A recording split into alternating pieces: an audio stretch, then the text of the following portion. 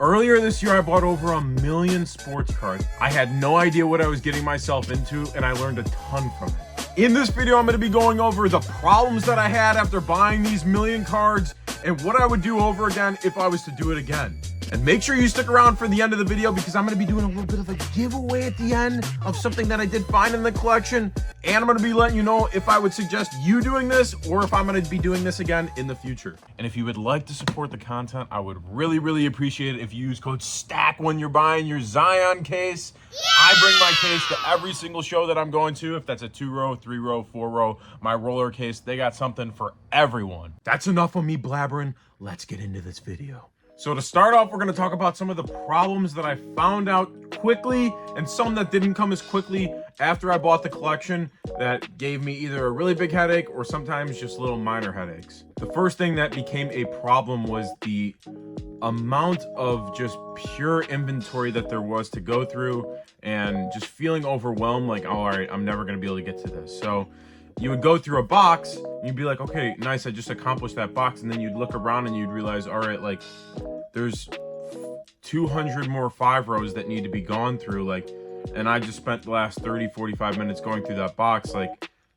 I felt like I just got something done, but in reality, like you just made like a very small dent into it. And with that small little dent, I also realized like, okay, like going into it, I wasn't sure like, okay, like how am I going to get rid of this stuff? I didn't have a game plan. One of my big problems was there was no game plan.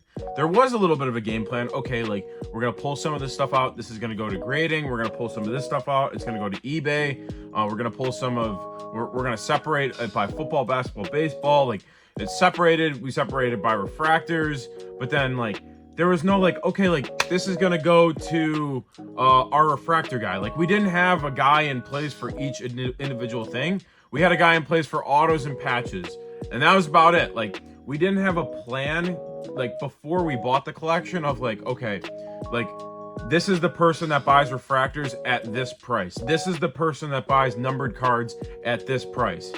Thankfully, I've met people like that now, but if I would have known that going in, I could have just sorted through, all right, refractors, all right, numbered cards, and just taken those boxes, got them out of the house because I mean, like, this isn't a problem, but once you, like, after seeing the same boxes over and over again, you feel like you're not making any sort of progress. But getting that stuff out of the house would have been like, all right, we're getting somewhere. The next problem that I had was a problem, but at the same time, like, it was an advantage because I would have never been able to acquire the collection if I never had done this. I had split the collection with one of my friends, and we had to keep it at his house.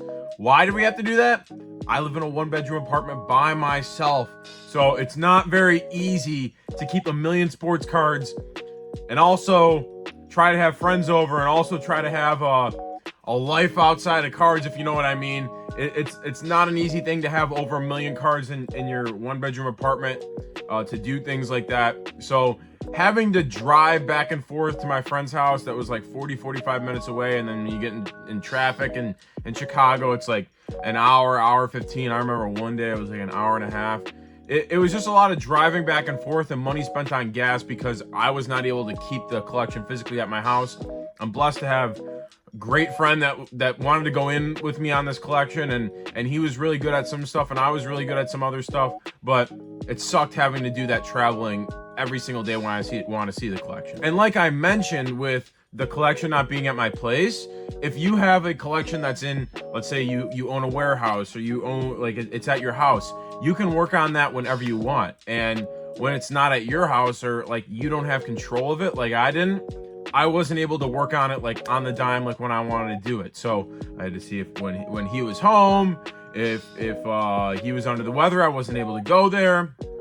If he was out of town, I wasn't able to go there. So just bad situation of, all right, I don't, like today I can't go do this because like I physically, he's not there, or like there's no way that I could get into his house. One of the hardest things to do in cards and most businesses honestly is keeping track of your finances. And at the beginning when I started in cards and started my first couple of businesses, I did not keep spreadsheets. I didn't have QuickBooks. I didn't have this. I didn't have that. Thankfully now I do that, but this was extremely difficult for this collection because like I said, we were splitting, like I was splitting this with one of my friends, and I would go sell something. We'd go to a show. We sell stuff out of dollar boxes. We'd be at a show, and it's like, okay, like, is that from the collection, or is that your own card? Did we just sell that on eBay? Did we just how did we get rid of that? How did that money come in? Where did that go? So the keeping track of the finances was not easy at all.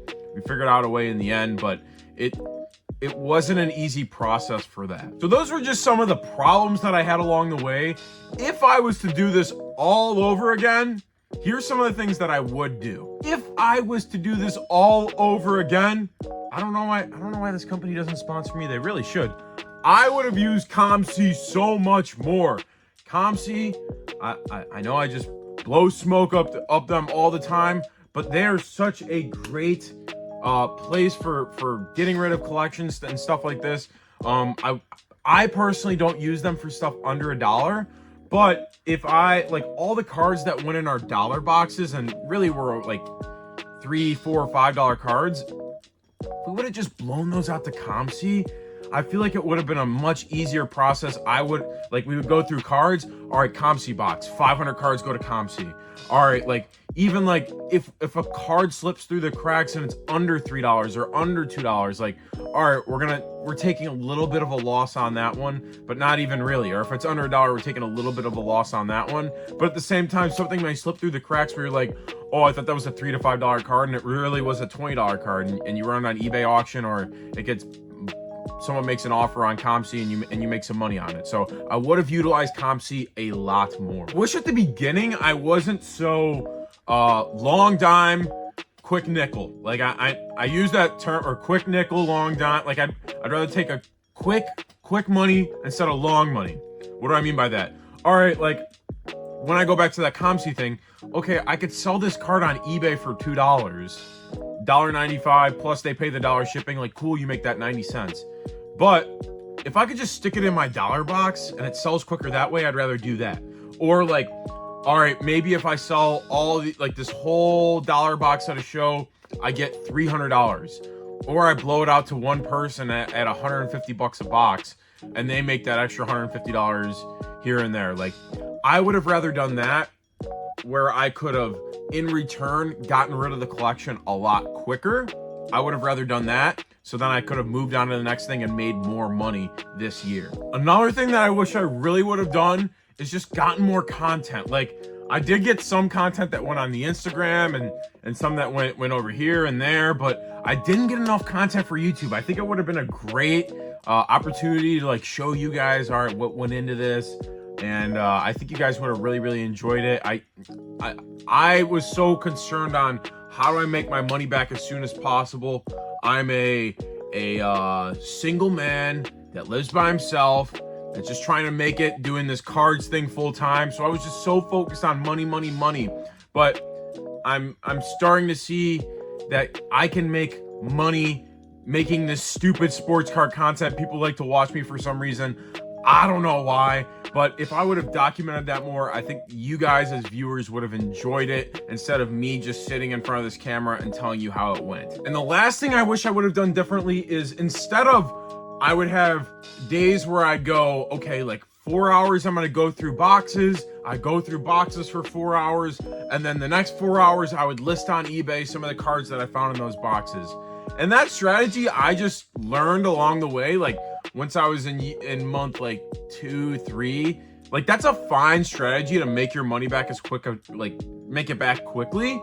But I believe that if I would have just gone, all right, all I'm doing is going through boxes, and then I'm gonna list on eBay once I'm done going through boxes, I think that my process would have been a lot easier to, okay, I'm going through boxes.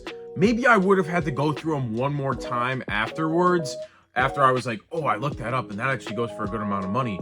But I think that I went through boxes sometimes 2, 3, 4 times, no matter what, because I was like, oh, did I miss something in that? Like, did I look at that yet? Because I looked at it, but did I mark the box? So that's another thing I can talk about. I didn't. I learned along the way to like mark boxes, so then I know, oh, I went through that box already.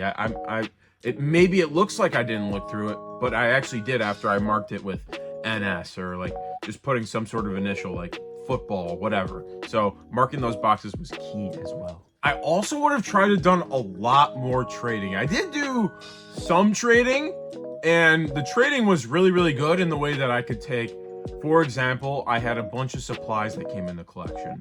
Top loaders, sleeves, bubble mailers, no one touches, but graded card savers, like stuff that you use to ship out to get cards graded. And I was able to trade those out for like 2-3 cards. And all right, like I've got $4,000 worth of supplies here. Can I get like a $3,000 or $3,500 worth of trade?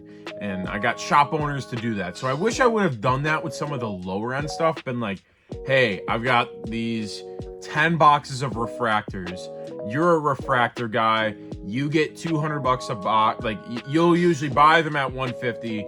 Will you take it at like 170, 180 trade, and then trade it out for a card or a couple cards that I know that, hey, I could either sell it off to someone at a show, and like once I sell that card off, like that's just money back in my pocket, or I could trade that up into something again. I wish I would have done more trading. I think trading in cards is like one of the best things about it, and I just think it would have been a lot more valuable than making little money here and there. And the big answer that most of y'all are waiting for: would I do this again and buy 1 million sports cards over again? And the answer is hell frickin' no. Well, I'll say hell no if I did it the same way that I did it. And let me explain. What I learned from this was that cards and enlisting and a lot of, like, all this takes a lot of time.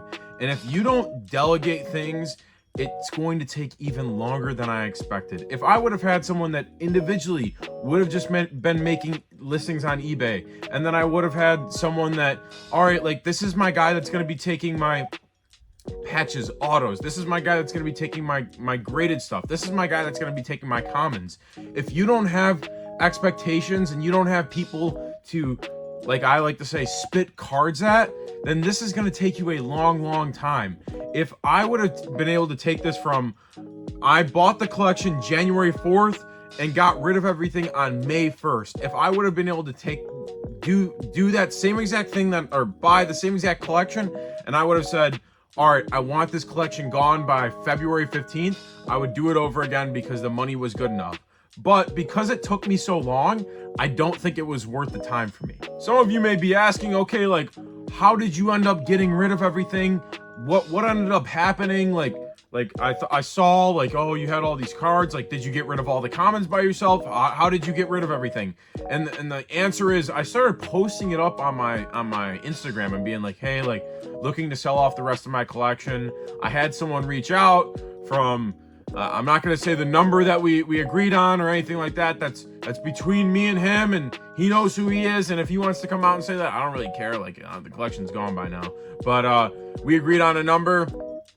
He flew in from a location and then bought the collection, loaded it into a U-Haul, and took it off.